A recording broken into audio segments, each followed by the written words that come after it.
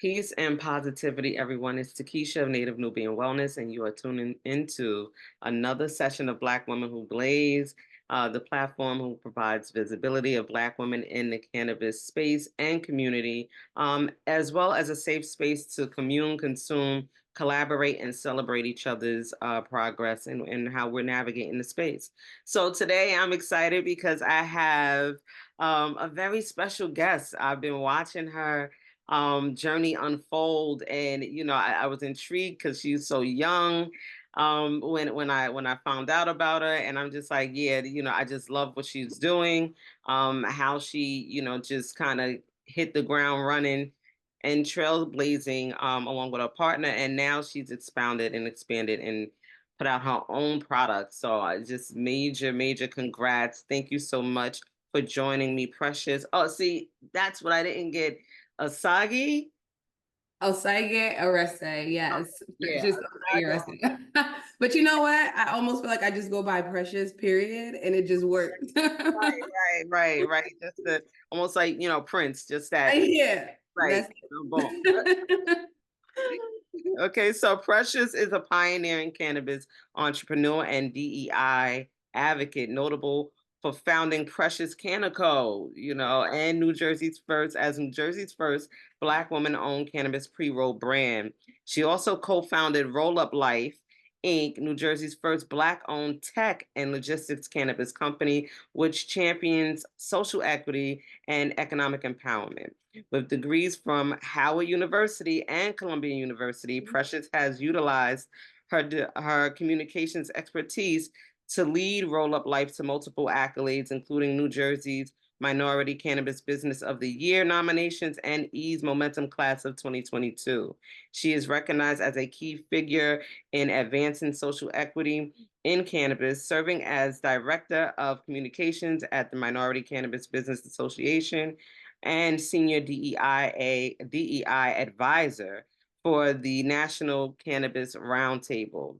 Precious has been featured in major media outlets such as PBS and ABC News, and was named one of New Jersey's Cannabis Insiders 23 to watch in 2023. So thank you for joining the platform, Precious. I appreciate it. We've been trying to get this done for a few, I'll say months now.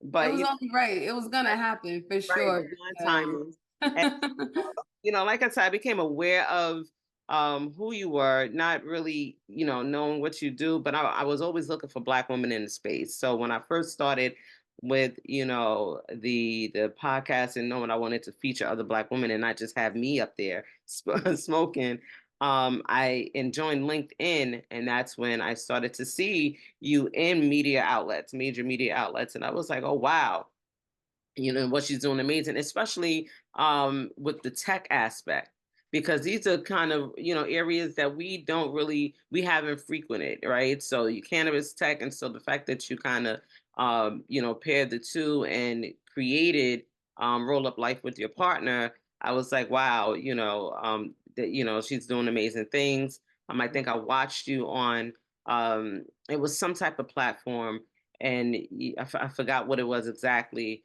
and you just looked so, at the time you looked so, I don't even think you had long locks at that point. yeah. It was like, okay, but I just loved what you were doing. And then we kind of met during the accelerator in CT. So I knew at that point I was gonna have to, reach out and definitely have you come on the platform. So if there's anything more you want to share from that bio, because you definitely have a big one. It's Yeah, no, thank you for that. It's always like, you sit back and time just happens. Like when you're in the process of doing, you don't always like step out to like smell the flowers or take that 10-foot pole unless like someone goes like, oh, you've done this, then a third. So I almost and always like, dang, I did that. I did that. It's just been a constant movement in cannabis, like as an entrepreneur, but I truly appreciate bringing on here. I truly appreciate like communing with Black women in cannabis. It's really been like a big part of my driving force and why I'm even in this space. So I appreciate you having me, Takesha. And it's just been like a pleasure getting to know you as well. And all the work you've been doing, like, just coach and educator extraordinaire in cannabis. So I'm excited about our conversation. Thank you so much. Yeah, I mean, this is what we do. Like we when we get involved in something, we definitely have to dive in deep, and then we find also not only do we have to become subject matter experts in all the things, but then we also have to advocate for access, right, and opportunities in the space for more of us. So it's just not, we're not the lone wolf there. When it comes to being the only black person or the only black woman or things like that. So it's in any industry that I'm involved in or have been, I'm always looking to align sisters to because of the history of what we deal with globally. Yeah, And it's just finding opportunities for us to really use these platforms and industries, for the main goal, which is really liberation. We yeah. all want that freedom that everyone deserves. So thank you, for seeing what I do as well, as valued in this space. And so, you just have so much that I want to ask about, and we don't have a lot of time, but I'll start with like where you're from, right? Just how your upbringing was, and then you going to Howard and Columbia, and you were in communications, and then how that translated to cannabis. Yeah, no, for sure. So, I was actually born and raised in Nigeria. I moved here quite young, actually, and we landed in East Orange, New Jersey. So I'm a Jersey girl. Everyone knows that. I love New Jersey up and down. Um, and just coming from immigrant parents, you just saw how hard they worked to establish a life for us here in the States. And they were like, your only job is to really like, get your education. Like we're here. I just had super supportive parents when it came to like education and what I wanted to pursue, which was at the time like journalism and communications, which I was doing. And I actually was a person who enjoyed school. I enjoyed learning.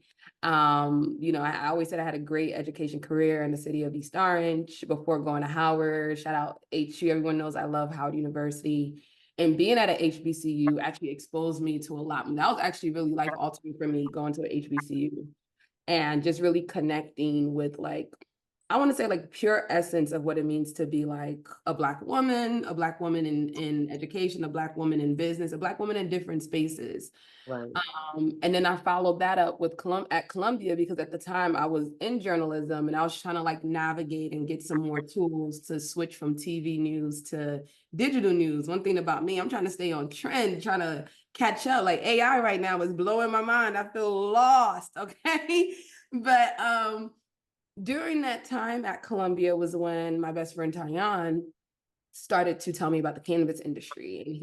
And he went to Boise State, so he had already been out west. And like our ideal out west was like very hippie-ish. Like, of course they smoke weed, of course they have all these things.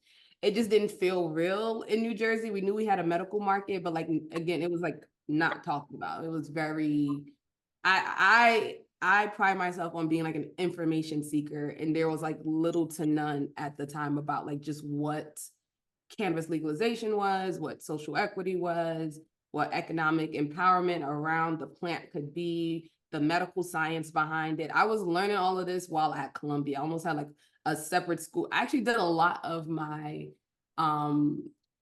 my assignments, my master project on cannabis. I just ended up blending the two. I'm like, well, I'm here. Let me Yeah, use the tools I to love that. figure it out. And my communication skills really aided in that, like being able to like write out papers that gave me a level of understanding of just what this industry was, what it is I thought I wanted to do and help shape that. So Tyann had the vision of starting a delivery company, and just us growing up in the generation we did, we've always been super tech focused. And as a person who lived on delivery apps, Instacart, Uber Eats, DoorDash, Grubhub, we were like, oh, we just need to recreate this system. And what's funny is that I always say I have a friend who's like a mad evil genius on the tech side. And all we did one day was like, hey, can you build us an app that like would do the same thing as Uber Eats, but like for cannabis? And he gave it to us like 2 days later. And we're just like using the app, doing CBD stuff on it at the time. And it was like really experimental learning we were doing. There was no one who was teaching us like, all right, here's how to build a business. We started to do the things as we were like building. Next thing you know, we put together our business plan. Next thing you know, we put together our pitch deck. Next thing we were like, oh, we need to raise money. We were like, we have a solid idea here. And we were so ahead of the curve. This was before legalization was even talked about. It was at that point we took a moment and said, hey, we're kind of creating a business that wouldn't be able to operate in New Jersey without these laws. So it had us studying, just what regulations were, how they would be implemented. We started to work with our municipalities. We started to work with the government. We started to work with just the industry and say, okay, this should happen in New Jersey, but I'm gonna tell you right now, don't nobody in my community in East Orange understand what this is. And people are gonna be left out if we don't build out loud, number one, if we don't spread this information far and wide to extend opportunity, and we don't make sure that the regulations give us space and freedom to actually build business. So it was twofold for us. It was like we had the business build and we had to be advocates at the same time. And I've told people that many times, like, you kind of have to do both in this space still till now. Like, the work isn't done. You have to scream on the microphone and then get down on the computer and still get the work done. And that's how we started to build Roll Up Life. And it was just such a great experience for me, just even being a first-time founder at that point, pivoting from communications and journalism into cannabis. And again, it was almost like there's almost no other way to join cannabis outside of trial by fire. Like, I don't know. There's no other way to just be like, oh, I'm going to launch a cannabis business, and you're not just like shoved into the deep end. But, with that, we had a lot of ups and downs. We had a lot of wins and losses. And we just used that to help us better understand the industry and combine that, what we knew, the experience of people getting deliveries in other industries. How do we make that happen in cannabis? And that was just our North Star. Wow, wow. That's definitely a large journey to unpack and such a, and what was the period of time like when you finished school and then, because you started obviously while you were kind of, Yeah. school, and then you started your startup. Yeah, so we started on a journey in like 2018. That's when, like, Tyan, I kept saying, he kept coming to my office and like, hey, I got this idea, and I kept putting him out like, I don't want to do it. And then I went to school in 2019. So it was 2019 that I officially started to like dig deep. We formed and launched a company in 2020 during COVID, which was of course difficult, but Yes. it gave us a lot of time, being inside and in the house to kind of like learn, did virtual things, just kind of expose ourselves. I say all of 2021, I ran my cholesterol up. I was at every cannabis conference you can think of. We really wanted to immerse ourselves in there and like figure out what people were talking about, and really built most of the business 2021, 2022, and of course, like, still building it. And that was just sort of the trajectory. So like, since 2019, been in the game now, and I can't believe it's 2024. It's crazy. Wow, right, right. You don't realize how, like you said, the time starts to kind of, go by. Yeah, it's Because almost 6 years. I was like, right, right. You're so okay. involved in the process. And like you said, you're still going through it. Yes. This is something for people to be aware of as well. And, those creating the license and regulations, how long it takes to actually create a startup with these type of, restrictions and being heavily regulated and under, federal prohibition still, like All the time, you just get boop, boop, boop. right, right, right. All And, the punches. y'all want that, oh well, how do you have all of these things? And it's like, no, because there's so many different variables Yeah.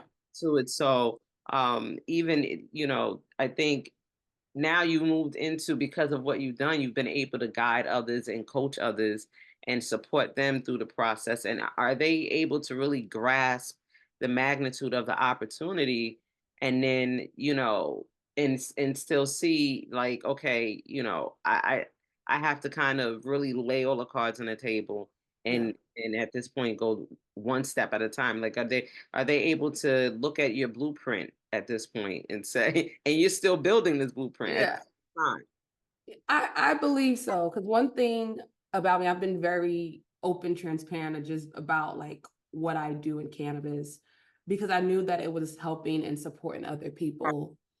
I love to debunk so many myths about what people think cannabis is. This green rush, come in, get it quick, blow up, get money. It is not it. you know, you get a license and that's it. You won the game. That's just the beginning, right? Navigating all of the systems, fundraising, having to raise capital, and like it's a 2-month process. It could take 2 years, Mm. right? So these are some of the myths that I've tried to debunk by being super open and present, not just on LinkedIn, but like when I speak on panels. I don't believe in gatekeeping information, because one thing I truly believe is that you can lead people to water. You cannot force them to drink. And I think that's always been a situation, especially in communities of color, where because of the lack of access to information, there's not, the starting line is way behind, right? And I just feel like providing information is the start. It's like the most important thing. And also understanding what failures look like. You know, we all put the pretty things out there. No one really exposes all the negatives, the large lawyer fees, the back and forth. Like when we decided to go out for a dispensary license in New Jersey for different reasons. Again, we were building a delivery company, and in the beginning, that's all we wanted. You know, me and my co-founder even went back and forth. I was like, I don't even understand why we need to get a dispensary. But, you know, just looking at our business model and looking at the regulations, it just made sense. Like to have a fiscally responsible dispensary business for delivery meant like having some sort of anchor in a different license, meaning a dispensary. Because the delivery models, and you can look, we've studied from top to bottom, delivery companies are really hard to stand up. You'll even look at some of the biggest delivery companies right now are not where they thought they would be at this point, I would say. So when we tried to go get our license and we did not win a license, even though it was expected by folks, some would say, even though we put in that work, we spent tens of thousands of dollars. And mind you, we were like 25, 26, 27. We had that kind of money. We were like pulling resources from anybody we knew and was like, we need to invest into the community. We need to invest into what we hope lobbying and regulations can turn out to be to support us. And when politics and stuff got in the way and we didn't get that license, I also made that very public. I came to my community and was like, this is what happened. You guys told us to build the business. We did that. You told us to raise money. We did that. You told us to support the community and advocate and, you know, talk about social equity. We did that. You told us to apply. We've done that. You know, you told us to get the highest score. We got the highest score on the application, and we didn't get the license. So I, you know, in hindsight, all of that was disruptive in my journey, and it was like a difficult time, not just for me, but my family, like everyone who's supporting us. This was just like a huge blow. And it could have been okay to like lick your wounds in quiet, but I just felt like somebody could learn from that instance, whether it's like, you know, do your due diligence when you're navigating local politics and local municipalities for where you want to stand up cannabis businesses. It's very much a part of the system of licensing. You know, it could be, you know, spend a little bit more time you know, understanding your framework in your financial models. Like maybe we could have done cultivation or some other things to anchor the delivery. Just all of these things I wanted people to just have as a lesson. And then also how to use your voice Yeah. to garner support and community, because from that I've garnered like the best community within cannabis who now only really want to see us succeed and thrive. And I always felt like that was what was missing in cannabis. It was very much siloed how people worked and operated because of like, oh, IP. Honestly, ain't nobody doing nothing special, super special in cannabis. Like we got a box to play in. You know, it's just about playing well, like knowing how to do it well. Like so everyone tell me, oh, I got this super special. Like, okay, great. You know, knock it out. But it got to be in the box of regulations. So I just really hope that, like you said, going back to your question, through my experience and outside of just teaching and like classrooms and stuff that I do, but like you're watching what success looks like, and you're also watching what sort of setbacks, I don't even call them failures, but like redirections look like, so you can better build in cannabis. And I'm hoping that more people of color like use that. And if I got to be the person to like run through those doors to keep them open, I just always said, okay, great, it's something I could take on. Yes, yes. Well, we definitely appreciate it Okay. because, like you said, this is a part of the process. Mhm. And, this is like pioneering, like you say, you were pioneering something that hasn't been done. And this is how things start to, go. where you're gonna have those setbacks, and then what are you gonna do? Are you gonna fold and say and put throw in the cards, or are you gonna say, okay, let me readjust, let me go back, let me look at everything again, and see where I can make some tweaks, where I can pivot. And Yeah. then speaking of pivoting, you you can now have your own brand Yeah. and line of pre-rolls, which I can't wait to sample. As a sommelier, Canna Som, that's what I do. I definitely, sample products and make recommendations, and I can't wait to, So, how do you have three different types? You know, Here, I can't wait. I'm always ready eh, as like an emperor. yes, No, the pivot. I can't stop talking about the pivot. I'll get into this in a minute, but I can't stop talking about the pivot because sometimes I think people look at pivots as like starting over or just incredibly hard to do. But like in cannabis, you have to just be prepared for the pivot. So many things change, like federal regulations are changing right now. We don't know how that's going to cause so many of us to pivot in what we're doing and how we're, operating business. But post the denial of license in the city, I honestly wanted to high take it back to corporate America, where insurance is steady and so many other things. Because life as an entrepreneur, you're just like, you're grappling with so many things. People forget it's not just the business building, but like you still want to operate as a functional person. You still want to be able to provide for yourself. So it was difficult, but at the same time, I kept hearing to myself, like, you just need to package yourself. Like, you just need to, and someone said that to me too. Like, you just need to package yourself. And I got to thinking, all right, we tried to get one dispensary, but like, what happens when you're in all the dispensaries? What are all the products in the dispensaries? And this was another level of information that I just did not know. It was not talked about. There were no classes on like brands. You just knew them. You understood like brands existed and they came from cultivators, but like how other people may launch brands, do you have to have a cultivation license? I just started to investigate. And honestly, this was like all literally a year ago. So everybody worked with me on a time warp. I had to move quickly here because I wanted to, and that's where the failures or like the step back, you learn so much from that you can operate at the speed of light because you know how to navigate certain situations. So that just kept ringing to me. And I kept saying, you know what? I started to fall out of love of cannabis, which is crazy because a lot of people who know me, even like down to my Howard days, like you came to my house to you knew what you was coming to my house for, all right, and what I just had readily available, and I was just losing sight of just why I really enjoyed cannabis in the industry.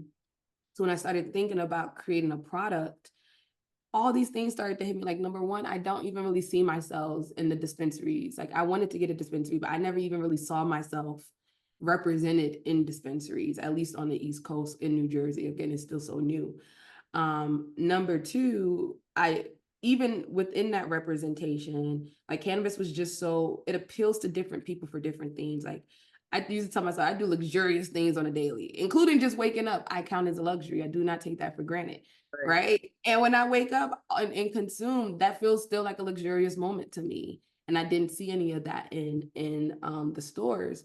So it just got my mind working and thinking and just like clicked like, oh my God, like there's a space here. And when I started to investigate that space, I found out that there were no, at the time, Black owned brands in any stores in New Jersey. And Mm, now three. And I happen to be the first Black woman pre-roll brand. I And love. this was all still blowing my mind. Like, how could it not be? Like, have no one been listening to us about what we wanted in diversity? And it came from, again, it reminded me just the access to information. Those things weren't there to say how to launch a brand. So I had to learn and implement at the same thing. And I said to myself, I was going back and forth for a long time, like what to name it. And Faye Coleman, shout out to her. She's a New Jersey superstar entrepreneur, Black woman. And she's like, just name it Precious. Hmm. But for many reasons, I named it Precious, not just after me and myself, but I wanted to be, it felt like a representation of more. It felt like when people saw, they would understand like this was what resilience looked like. This is what Black women in cannabis looks like. This is what, a fight to get here looks like. This is what luxury looks like if you want to consume. This is what like it's just so many things that bubbled up in there. So I launched the product Precious. We're officially on shelves in New Jersey. It is a pre-roll line. This is one of them. It's called Peak. They are 0.67s. They have 3 pre-rolls in here, and they come in this super dope box that has like, just like I love that it can be a conversation piece. One thing I have like a little weed cabinet closet, and it's just up there. I gotta like even climb a little step stool to reach it. It's just a big inconvenience because I don't know how all of that would like fit in my apartment. So Right. that was another thing. I was like, if you can put this on your bookshelf, of course, away from kids, but you can put this in places as a conversation piece. And if you ever just wanted to grab a pre-roll, they live and sit right in here. Yes. Um, so that's how it all came to be. And then I created 3 SKUs. So it's called Peak, Prime, and Pluto. It's like a sativa leaning hybrid, a pure hybrid, and an indica leaning hybrid. And it just follows like my normal day. Like I wake up, consume a little bit before I head in the shower, and I just feel energized and pumped through Peak. And then my hybrid, I call it like you're cooking and cleaning. Like if you just want to have the energy, but not too much, and you still want to get things done, I have like the perfect hybrid for you in Prime. And Pluto is for those who really want to end up there. So Facts, facts, facts. I love it. No, I did listen, it's so creative, and I'm so happy that you tapped into that. And yes, and you named it after you, your namesake. And like you said, it is precious. It Mhm. is, it speaks to the plant itself and Yeah. and all the aspects of what the feminine aspect of the plant provides, right? And so and then it I love the packaging and the branding because it's just clean, it's sleek, and it's sophisticated, right? It's like it's not, overly right. It's not overly like bam, it's like, yeah, sleek. I could be pulling out a little perfume. So, yeah.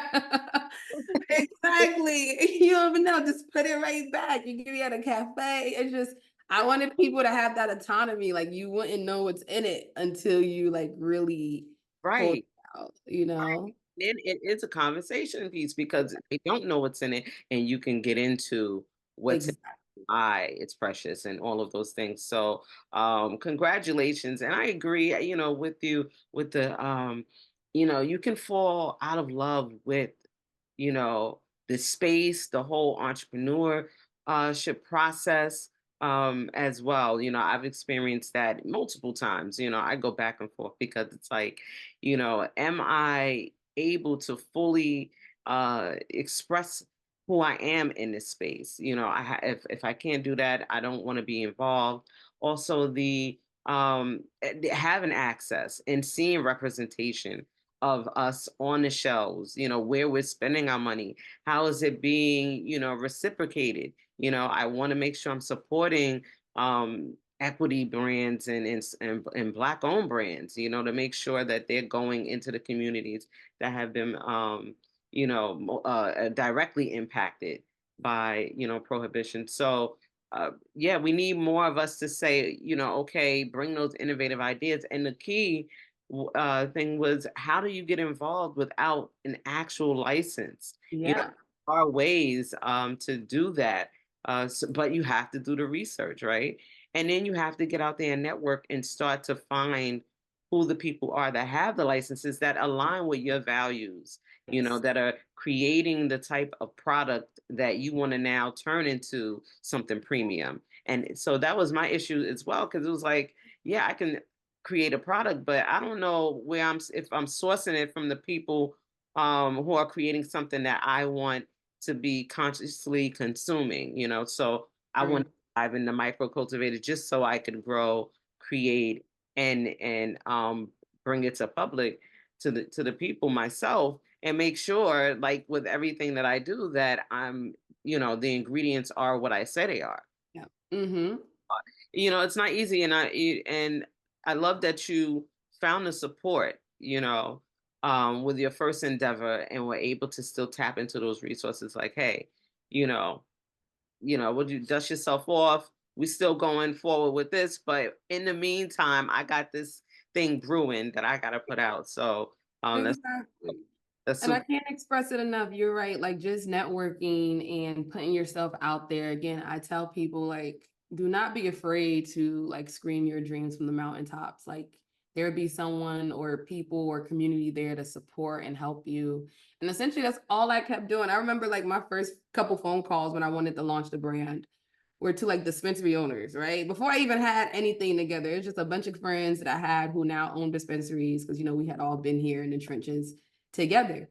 And I was like, if I launched a brand, would you put me on your show? And they were like, yeah. I was like, okay, can I get that in like a LOI form? And they were like, yeah. They were like, yeah. And I did that for like several more people. Like, hey, if I launched a brand, do I have your support to be on your shelves? And once I realized just how much support was there, I was able to like take that and source it, leverage it with partners and say, hey, like, half of the work is done in terms of getting on shelves. Like now, like you're saying, I just need a great partner and I need to know that you're going to support my vision. We are going to have great products, ingredients. There's so many different ways to go about landing a partnership so that you can launch a brand. And I'm always happy to talk about it and even thinking about putting out something that like will literally spell it out. But it comes from me having that network that was like really built over the years, right? And I tell people too with networking, it's it's it's important to not just make it transactional.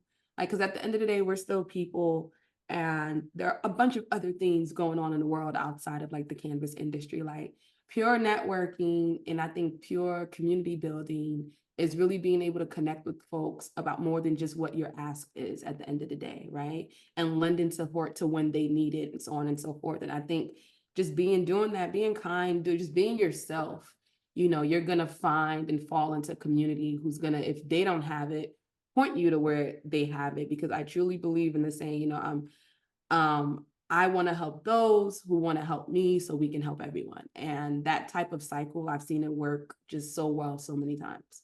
Yes, yes, yes. All important. I mean, what the network is really, I would say the priority, right? When you're first getting started is because the network is going to point you in the direction of what you need to learn. You can stay on top of what's happening, what's trending. You can stay on top of regulations through your network. So I had to, realize that too in the space. Just getting involved was, a really supportive network. Um, and if mine came more so from the cannabis wellness space, they really don't want any parts of the industry as it is with licensing. They are more focused on the consumer, those who are, consuming for medicinal and therapeutic purposes and have illnesses. And so that community, which is really like my first love. And so that's really where I started to kind of figure like I'm falling out of love with the space because I got involved with this industry that doesn't really seem to focus on the real task at hand with the plant and why people should have access to the plant. Yeah. Correct. The one thing about me getting into becoming a sommelier and really assessing cannabis products was because I want to be able to point people who are looking for cannabis for wellness purposes and therapeutic to the right type of products. So how do you ensure with the pre-roll, like the consistency of having the, sativa dominant hybrid, having those ratios and having that product? Do you have your partner with someone who's just specifically making these for you, or you have to kind of seek out those things and make sure that each time, it may not be the same exact cultivar, but it's going to give you those that terpene profile that provides what we said these things are. Yeah, so that's a great question. Like before I did anything, again, I just like went through my own rabbit hole of research, and which was me smoking a lot too, and just really seeing what I liked. Like one thing that the industry loses, I think, is that like true culture, like you said, wellness and the connection with the plant. And I wanted to put out something that was like reflective extremely of what I believe in, what I use. So before I even sourced the partner, before I even knew what they would have, I said to myself, I know there's 3 levels I'm usually on. I usually want to be super energized. I feel like working in cannabis, your elbows touch your ears from like the amount of like stress sometimes and anxiety. You're just like here. And but like when you consume, you want to come back to normal, but you also want to be super productive. You want to, lessen that anxiety. And I just kept thinking about the rest of my days and like how I just perform off of cannabis and where the tweaks are, and then understanding the different terpenes that support a different sort of like experience, right? That support a different sort of flavor, and then understanding the consumer, putting the business hat back on, understanding the consumer experience. Like here in Jersey, I wouldn't say we're super consumers don't or patients don't necessarily go into the stores looking for specific strains. Like they're not a lot of strain hunters outside of those super experienced or who actually know what they're like. People more so look for a feeling. Bud tenders I think get asked the most questions like, hey, I want something to help me sleep, or I want something to help with like a little pain, or even with women, a little menstrual cramps or something like that. And there's always something that's like, all right, this terpene profile will probably lead more to this, and so on and so forth. So when I find my partners, and I kind of laid it out to them, and when you enter those partnerships, people are going to have like their own genetics, their own strains. If you're a brand, there's an ability for you to like buy your own genetics, which is like the next level. Like, okay, you got a little money. Like you can buy your own genetics, create your own SOPs, and provide that to a cultivation partner and say, hey, I already know how I want this grown. I already know what the type of, strains that I own, and we'll put this out, we'll package it, get it out. Or you can use the profiles that they already have, right? And you can do blends with that if they offer that to you. You can use one as like, oh, this already really does the job, So I just was really fortunate to have great partners. Shout out to Clade 9 and QCC Group. They already had award-winning strains that, honestly, I tell the story all the time of how I met my cultivation partners, which is, I think anyone should meet their partners. It was just so authentic.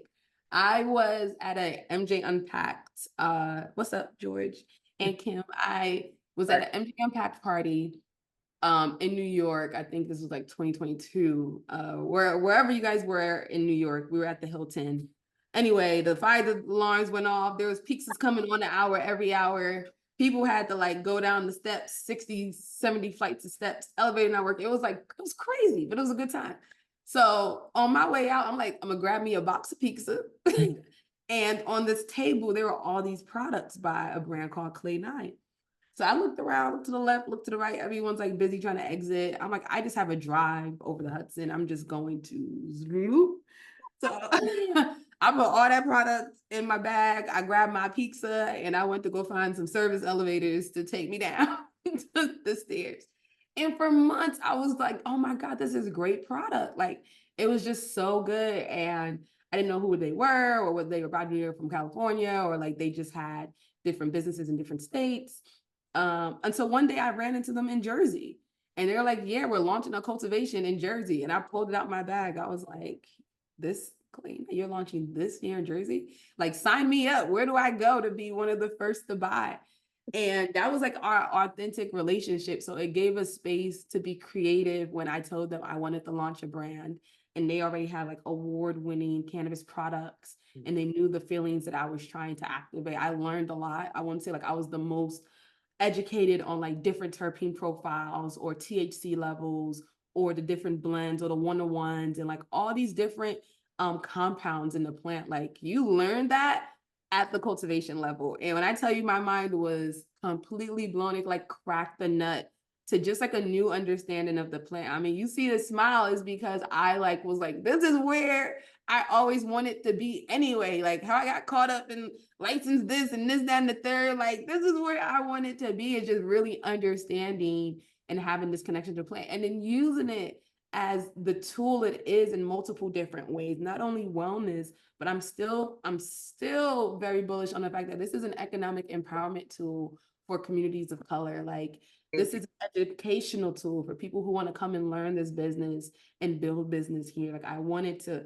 have all that like fit into this box somehow. And it's just been super great, having great partnerships and understanding different ways you can like launch a product in different states. I love that. I love it. I loved it. Like you said, I was upset because that very party, we were on our way upstairs and get there, and it's like, oh, it's done. The smoke alarms went off. They cleared Oh yeah. Girl, everything. Like, there.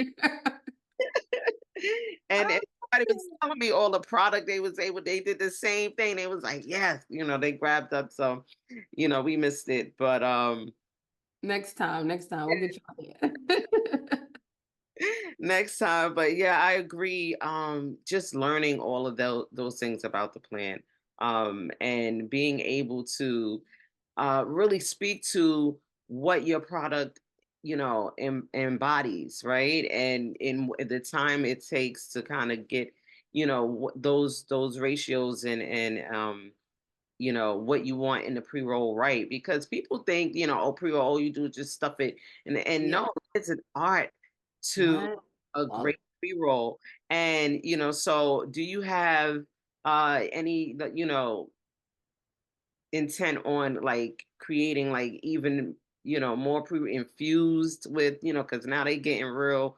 yeah, they get they getting real innovative with it. No, I have a bunch of plans and I can't wait for people to see them. I'm starting out with these first three SKUs. One thing too is like an entrepreneur, I've learned like, you can only as a self-funded entrepreneur now and just like trying to get it done. You just really want to handle what you can at the time. You can get lost in the noise of like wanting to just put out a bunch of things, hoping folks grasp at something and that's your sell through, but like I didn't want that. I wanted to create intentionality around the products that I have now. So that when I do drop something else or I do come out with something, there's already an affinity for the people who love my products or have tried my products around not just the product itself, but the brand, the mission behind it, what we stand for, what we're doing. So I do have a bunch of different plans. I'll tell y'all one, it's like an infused. If someone can help me make an infused caramel popcorn. That is like that. I would love that. I don't know which state allows the regulations for that, but I got all types of ideas going on. But again, one of those learning lessons is just that take on what you can now, number one. And then when you put that business hat on, you need to that I always tell, especially like women, Black women, like we there's noise, there's a lot of noise in cannabis when it comes to like just building. And one thing you can't do is like take that business hat off at all times, because if you look at our other counterparts or even large businesses in cannabis, that is a direct focus. And we have the task of not only being business focused, but again, advocacy focused. But on that business tip, you need to understand like if your products are selling, because all this hard work, you don't want it to sit here and be for nothing. You need to understand what you might need to fine tune. I told everyone who ever smoked one of my pre-rolls, I need the feedback today. I'm watching you smoke it. Like, okay, what's going on? What you feeling right now?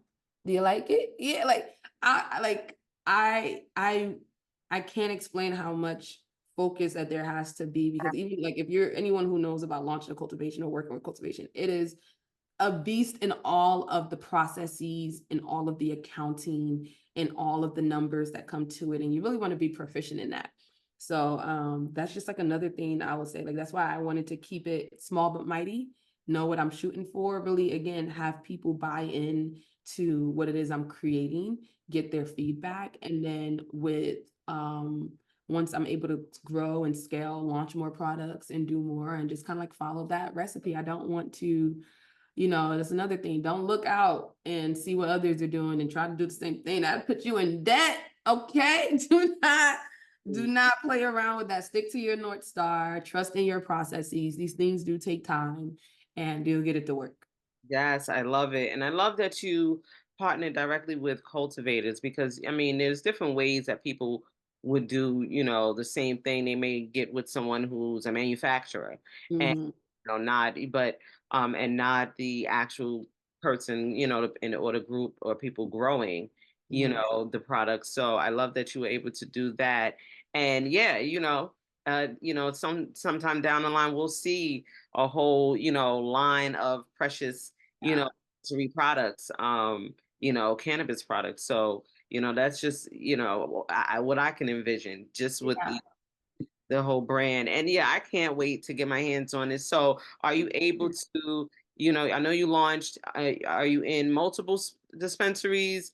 Wait, are they local? My mom lives in Jersey City. So, Yes. Oh no, I cannot wait. So we did a soft launch at one dispensary in Nightjar in Bloomfield. I believe you can still possibly get products. They have been moving really fast, which has warmed my heart and just keeps me super tickled. But we are going to be in 15 dispensaries to start.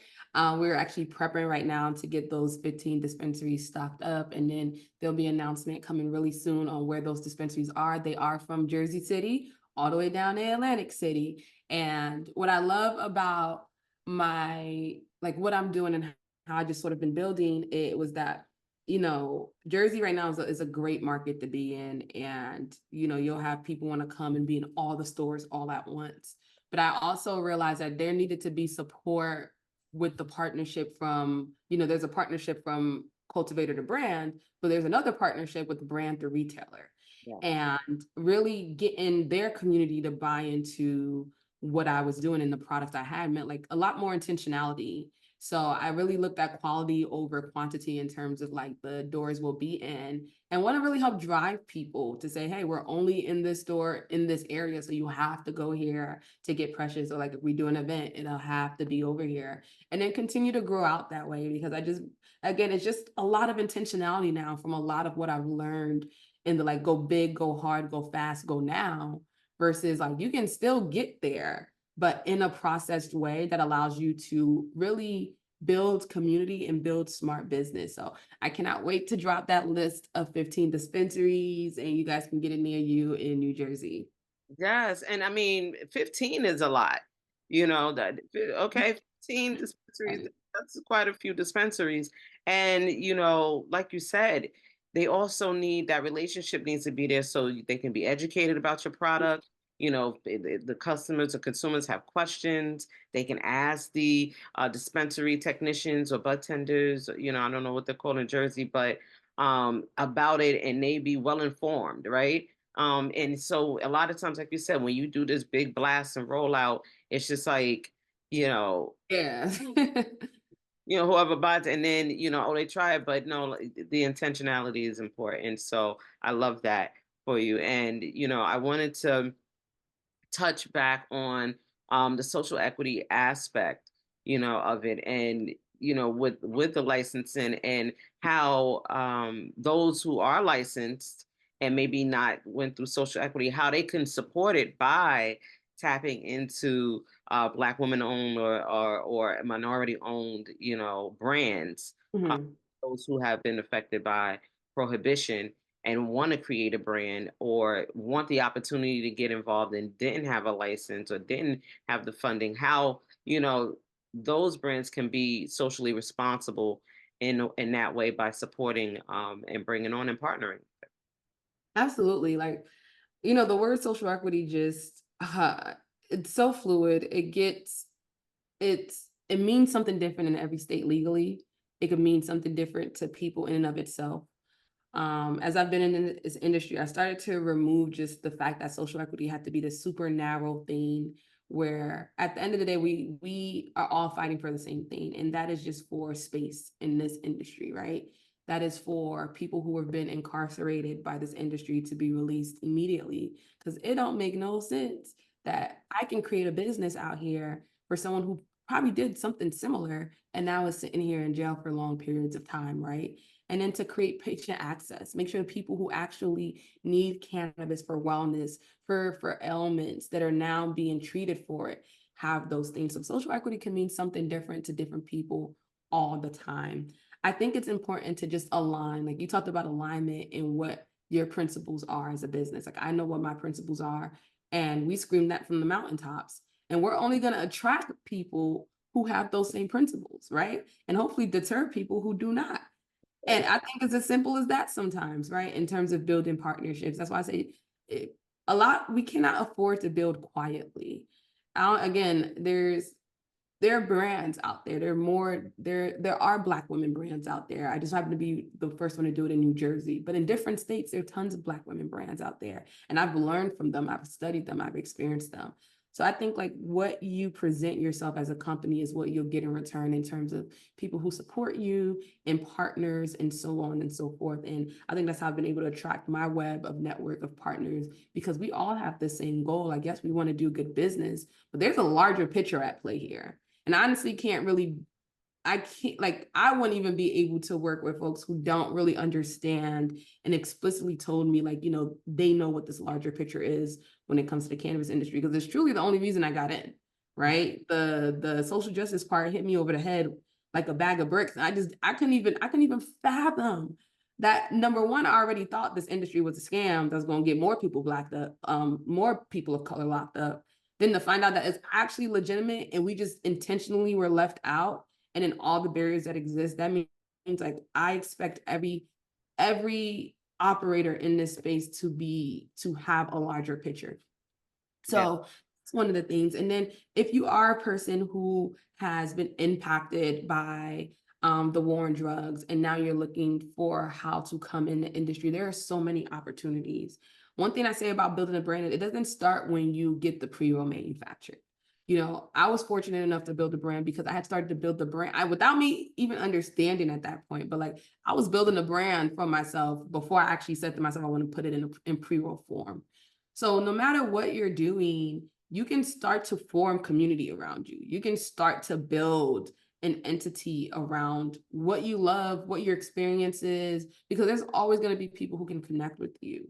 And let that represent what social equity means to you. I think that's just something that's come with understanding this industry and being here for a while and getting a little bit wiser, that everyone's not going to have the same agreement on it, but there just should be an understanding of the larger picture. And through collaboration and through just doing, like, you can make way, you can make headway.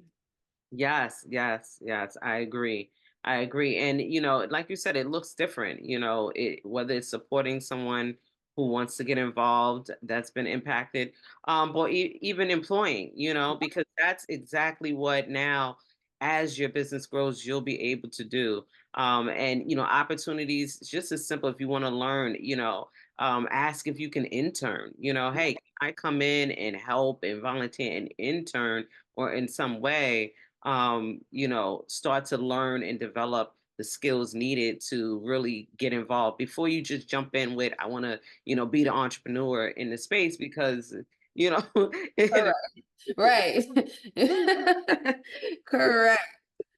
but that gets into also the workforce development aspect of it and the type of skill sets needed and education needed to work in this space, which comes from, like you said, you already had a couple of degrees, but you had to learn about cannabis on your own. There was nothing, back then it wasn't, they weren't having the minors and all the certifications and all of those things. Besides Oxidam, Oxidam is Yeah. 2007. I became aware of them then. But Mhm. for us on the East Coast, we didn't Yeah. have no access. It wasn't online and things like that yet. So, getting that type of education now, and like you said, with businesses opening and needing the help, needing the support, especially as Black women, we need all hands on deck.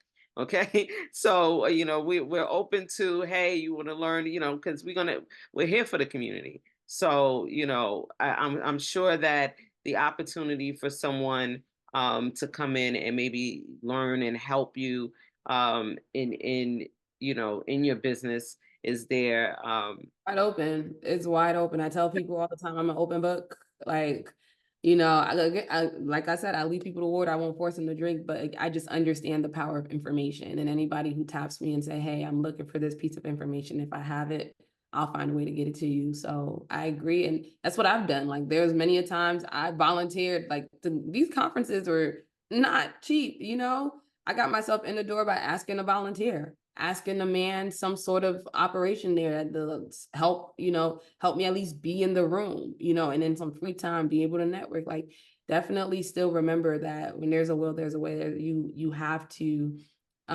give yourself a little time as well and some grace to understand there's a learning curve here. You know, you don't know what you don't know. And one of the biggest things you can do or mistakes you can do in business is like go out there super hard, super fast, and then have to walk it all back and start all over. And again, something I did so that you won't have to all the time.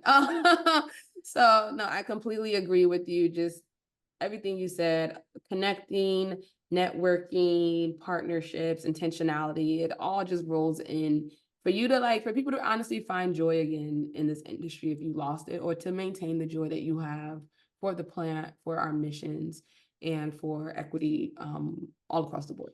Yeah, yeah, because my one of my questions is, some of the challenges faced as a Black woman in its predominantly white male industry right now. Have you found them, um, at moments, discouraging? Have you found it challenging to kind of get, in those spaces and in front of investors, or for those to, hear your ideas and things like that? I know for us, funding is, finding funding is very difficult in cannabis at all. But then when you go outside of cannabis and look for it, like you see what's happening with Fearless Fund and things like that, to even try to get, you know, those specifically for us, and it's like those are being shut down, or shot down when we want to create opportunities for us because they're not there. So are there any challenges that you faced, and any tips on how to navigate them, for Yeah, the Black woman that is ready to kind of jump right in? for sure. Like the numbers don't lie. I think it's still about less than 5% of operators in the country that are Black people, not even the full scope people of color, like Black people, less than 5%. Right. And funding is a very big barrier as to why a lot of people can't find ways to move forward in the industry. You know, I hit that snag several times. Again, 2 years, 3 years of fundraising, from pitch competitions to, private equity deals, just trying to learn the language of what even, to get funded means. That was another learning curve and information curve. And I think as a Black woman, it's definitely, you're in a unique position because when you look around, when you're on pitch competitions and so many other things, you end up being like the only Black person there or the only Black woman representing a cannabis company in those spaces. And this is where, and I've just gotten some great advice from great women in general, like of different backgrounds. And um one of the things I can say rings true is that at the end of the day, like money is green, right? Money is green. And to know your numbers, to know your business, to know how you're explaining to someone who you're going to fund will go a long way too, right? So despite who you are, what you look like, while you might be the only one in the room, you are going to open the doors for more by just being able to be excellent there, right? And be able to put out there to investors or whoever, like, hey, these are my numbers, is exactly what we're trying to do, how we're trying to do it, and hopefully get funded, and then show that more businesses and more people who look like me have more ideas, more things going on that also require funding. So that was one of the biggest lessons I took away, is just like, just very, when it comes, and again I say this, when it comes to the business side, know the business, know your business, know how you're going to explain it in accounting terms, damn near, to someone who you're asking to give you money, right? So one thing that I think also rings true is that you also just have to find where you can find funding from. It won't fall on your lap. You have to scavenge all around networks, people. It's not just traditional funding mechanisms through like VCs or different funds. Like I remember the first people we reached out to were just high net worth people in the community, like real estate developers.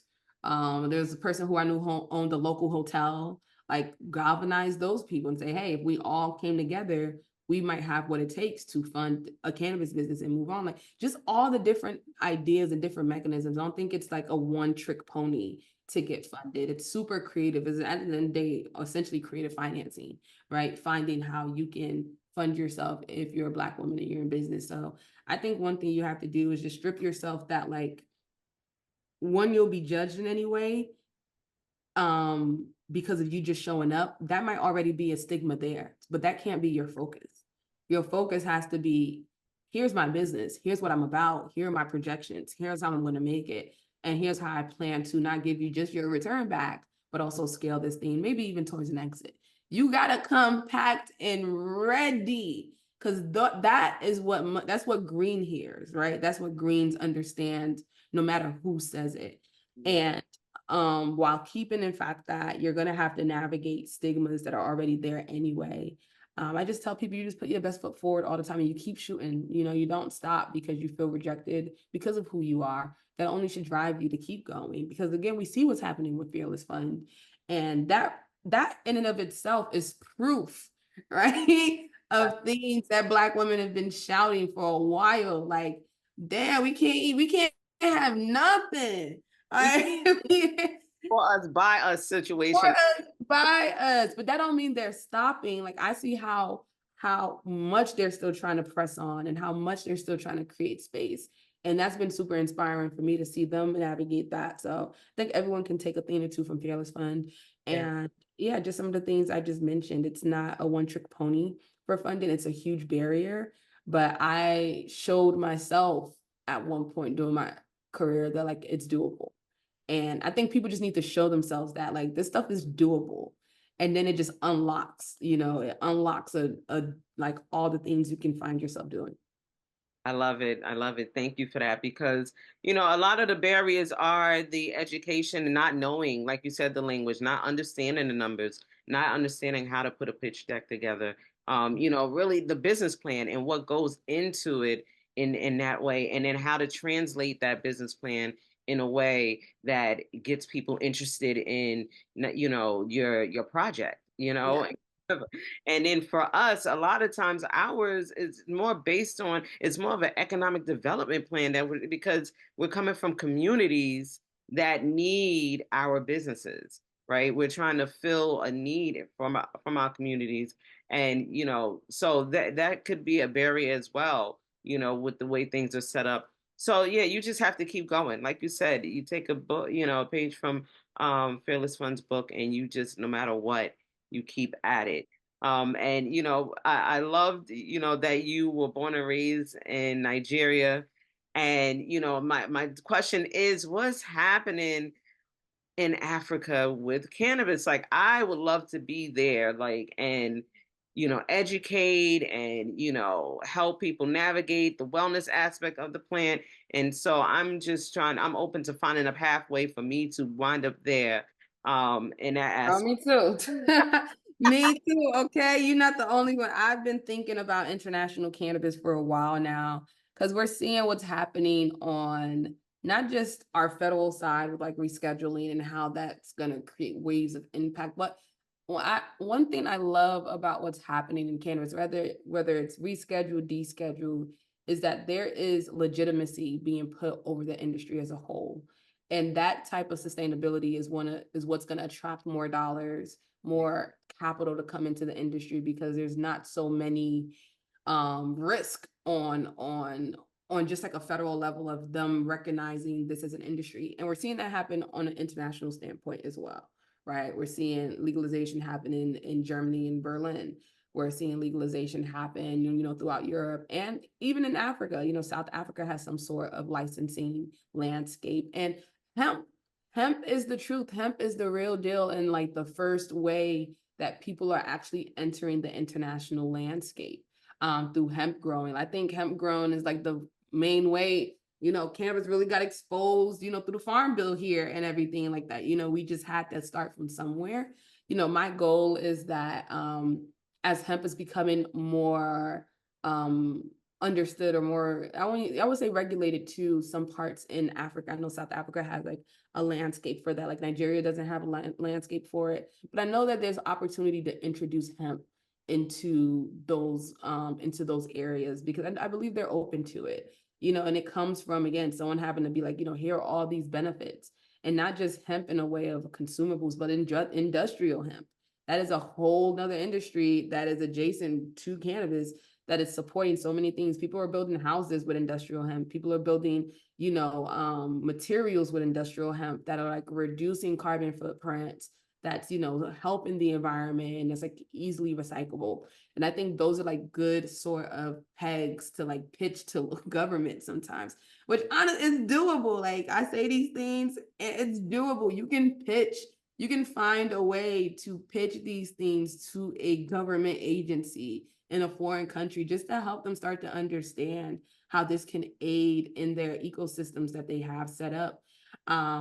And it's just a matter of like, yeah, putting those pieces together. But I do see opportunity there later on. I think it's, still a learning curve, everything I have going on here. But I will keep you dialed in because I Yeah. do see something where Nigeria, we coming for you. We're gonna figure it out because it's definitely on a slower side. They still have a lot of barriers in terms of how they view cannabis right now, a lot of stigmas as well, but it just gets chipped at, just like it's gotten chipped at here in America.